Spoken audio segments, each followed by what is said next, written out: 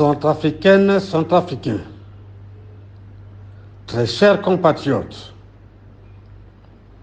l'heure est grave.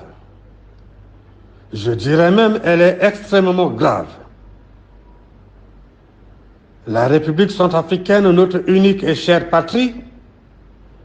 celle de Barthélemy Boganda, de Abel Goumba, de David Dako, de Jean-Bédel Bokassa, de André Kolimba, de Ange Félix Patassé, de François Bozizé Yangouvunda et de nombreux martyrs est aujourd'hui en danger. Danger d'éclatement du fait de permanentes violences et d'éternels affrontements intercommunautaires savamment planifiés, organisés, financés et entretenus par le pouvoir illégitime du président Faustin Archange Touadéra. Danger de sa recolonisation pure et simple par des mercenaires du groupe Wagner et rwandais. Danger de sa totale disparition du fait de la grande braderie de ses ressources naturelles et foncières par l'imposteur de Bangui, celui-là même qui n'a jamais été élu, mais qui a plutôt été déclaré élu par l'autorité nationale des élections avec seulement 17% du corps électoral à l'issue des élections groupées du 27 décembre 2020, singulièrement marquées par de graves irrégularités qui ont fini par leur ôter toute crédibilité et desquelles plus de 300 000 Centrafricains ont été délibérément exclus. Depuis sa prise de fonction, le 30 mars 2021 à ce jour, il ne se passe jamais un seul jour sans que les fils et les filles de Centrafrique ne soient battus, brimés, humiliés, torturés, rackettés, assassinés, contraints à de constants déplacements, souvent obligés de trouver refuge en brousse et d'y vivre comme des animaux. Fin masochiste, par des méthodes staliniennes et un règne de terreur, il a réussi à restreindre les libertés de réunion, suspendre les manifestations publiques, contrôler les médias et lancer la chasse aux opposants, les contraignant d'abord à la clandestinité, puis à l'exil. Ces exactions, ces crimes de guerre, ces crimes contre l'humanité et ces entorses inadmissibles à la démocratie sont le fait des mercenaires du groupe Wagner et des Rwandais. Ce sont aussi les actes de malgouvernance de Faustin Archange Touadéra dont sont victimes la classe politique,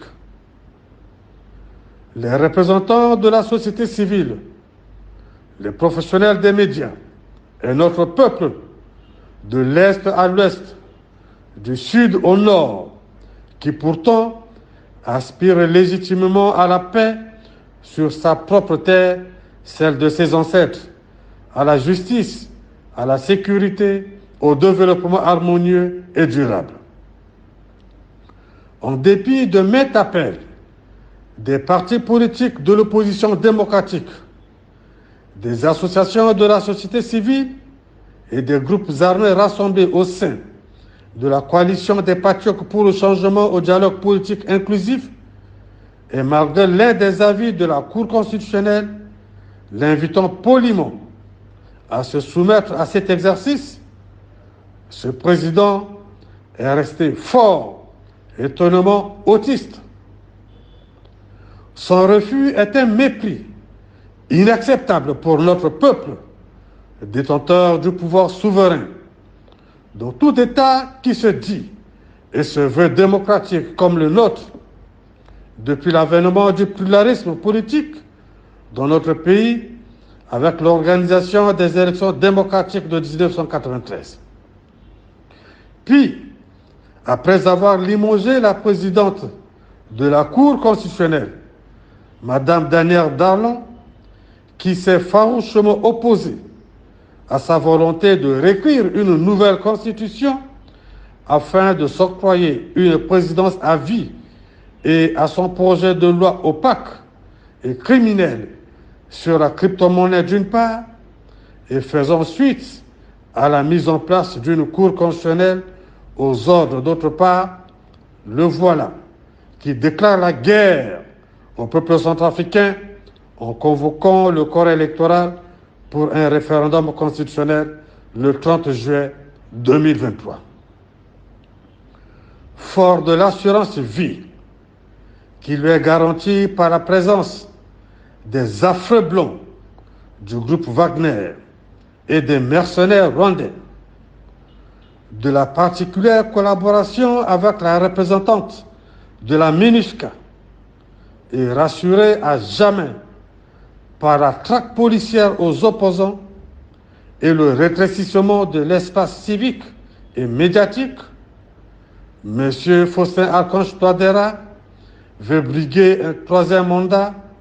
en flagrante violation des dispositions de la Constitution du 30 mars 2016 et en contradiction avec sa prestation de serment. Face à ces dérives dictatoriales, aux affrontements armés récurrents dans toutes nos provinces, à la généralisation de l'insécurité sur toute l'étendue du territoire, avec leur lot de pertes en vies humaines, de blessés et de deuil, sans fin dans les familles de nos FACA, à la destruction d'une bonne partie du faible tissu économique, à la captation et la braderie de nos ressources naturelles et foncières, à la désorganisation de l'administration publique, au clientélisme et à la destruction du système éducatif et la déliquescence très avancée des structures de santé devenues de véritables mouroirs, un collectif des officiers libres des forces armées centrafricaines a pris la résolution de me lancer il y a quelques jours un appel solennel, patriotique et présent afin de prendre la tête de leur mouvement de libération nationale. Devant l'extrême gravité de la situation politique que vit la République et face à la misère inouïe imposée à notre peuple, j'ai décidé de répondre favorablement à leurs sollicitudes, tel un gladiateur prêt à descendre dans l'arène pour lever l'affront subi, soigner les plaies ouvertes, faire cesser les armes, favoriser le retour de tous les exilés sans exclusive, organiser un dialogue politique inclusif, réconcilier les Centrafricains entre eux, redonner à la République ses lettres de noblesse et la rétablir à sa juste place dans le concert des nations civilisées. Dès à présent, et à cet instant où je fais cette déclaration historique, je m'engage solennellement et j'engage ma vie, ma force et toute mon énergie au service de mon pays. Pour cela, j'invite toutes nos forces de défense et de sécurité intérieure, officiers généraux, officiers supérieurs, sous-officiers et hommes de rang à se joindre à moi pour éjecter M. Faustin-Archange Touadéra du pouvoir et chasser les mercenaires du groupe Wagner et rwandais de la terre de nos ancêtres et de nos aïeux. J'exige donc la démission de ce président illégitime au plus tard, je dis bien au plus tard, le 1er juillet, faute de quoi il assumera toutes les conséquences de son entêtement habituel. D'ores et déjà, je déclare très sententieusement que cette lutte, qui démarre au moment où je parle, ne doit pas être l'affaire exclusive du COFAC avec les groupes politico-militaires de la CPC sous le haut commandement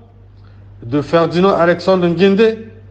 entouré de quelques cadres engagés. Elle doit aussi concerner toutes les forces vives de la nation, à savoir les partis politiques de l'opposition démocratique comme de la majorité présidentielle, toutes les associations de la société civile, les confessions religieuses, les syndicats et toutes les plateformes des femmes, des étudiants et des élèves. En somme, j'ordonne une véritable insurrection populaire contre le régime illégitime, tyrannique et criminel de l'imposteur Touadéra. Comme l'avait si bien dit le président Barthélemy Boganda, de nos ancêtres, la voix nous appelle. Dans nos préfectures, nos sous-préfectures, nos communes et nos villages, le moment est venu de nous lever pour briser la misère et la tyrannie et brandir l'étendard de la patrie ensanglantée, humiliée, fracturée, exploitée, asservie et envahie par les mercenaires du groupe Wagner et rwandais. À l'exemple du roi Guézo du Bénin, l'heure est venue pour que tous les fils et toutes les filles de la République centrafricaine se mettent ensemble de boucher les trous de la jarre percée et sauver la République des eaux puantes de la honte et de la précipité dans la caravane du progrès dans l'unité, la paix, la dignité, l'ordre et le travail. Je voudrais enfin rassurer le peuple centrafricain de ma détermination à préserver la quiétude nationale, à ne tolérer aucune chasse aux sorcières et à accomplir ma mission libératrice pour le bénéfice du peuple centrafricain. L'ordre sera rétabli et régnera sur toute l'étendue du territoire national. L'inobservance des consignes militaires sera punie avec la dernière rigueur. Je m'y engage. À tous les pays frères de la sous-région, CEMAC, de la CEAC, de la CIRGL, dont la sûreté nationale était sérieusement menacée et déstabilisation par Touadéra et ses mercenaires du groupe Wagner, j'annonce le rétablissement de la sécurité à toutes nos frontières communes et à la libre circulation des biens et des personnes. Le temps est venu de renouveler nos engagements mutuels sur les questions stratégiques et d'intérêt commun. À la communauté internationale et aux partenaires traditionnels et historiques de notre pays, en particulier la France, j'affirme mon attachement à la solidarité internationale tout en leur garantissant que tous les accords et traités seront préservés à l'exception de tout ce que Touadéra et ses complices avaient conclu dans le doute et l'opacité. Que Dieu vous bénisse, qu'il bénisse la République centrafricaine et son peuple. Vive la responsabilité, vive la République. Je vous remercie.